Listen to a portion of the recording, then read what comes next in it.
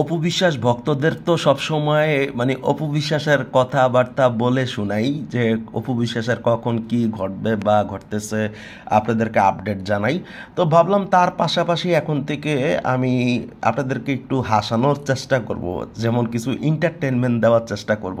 তবে যদি আপনারা চান আর হ্যাঁ, আর একটা ভিডিও আসতেছে খুব জরুরি, আগেই আপনাদেরকে বলে দিলাম। ওটা তো আমি ফেস দেখাবো না, শুধু অপু বিশ্বাসের একটা ভিডিও দেখাবো।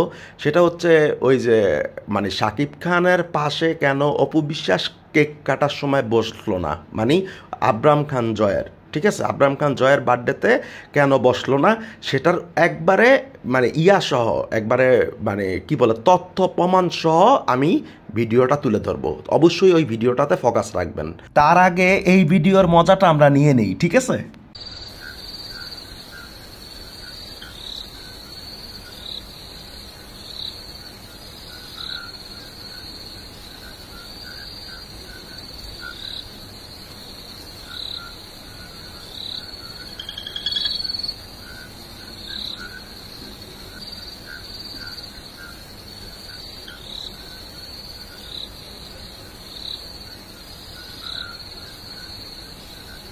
मुरिया तो साथ क्या रे?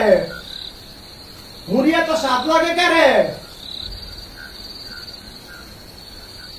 बाइक मुरी खाई एक क्यों साथ लगे ना?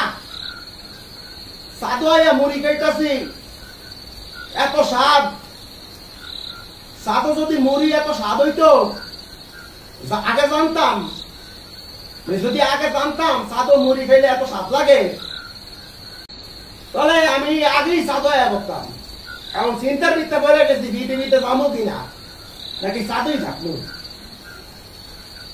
আমরা কমেন্টে একটু জানান তো, কি সাধুই থাকবো নাকি বিটিভিতে যাবো। তবে আমি সাধু হয়ে এসেছি, দুইবার হাগু করেছি, আর একবার হাগু করে চলে যাব। তা মুড়ি খাইবেন? খাইবেন কেউ মুড়ি? তবে সাথে যে হাগু করেছি আমি ওইখানে চিহ্ন দিয়ে দিছি, যাতে কেউ সাথে আসলে আমার হাগুটা খুব তাড়াতাড়ি দেখতে পায়।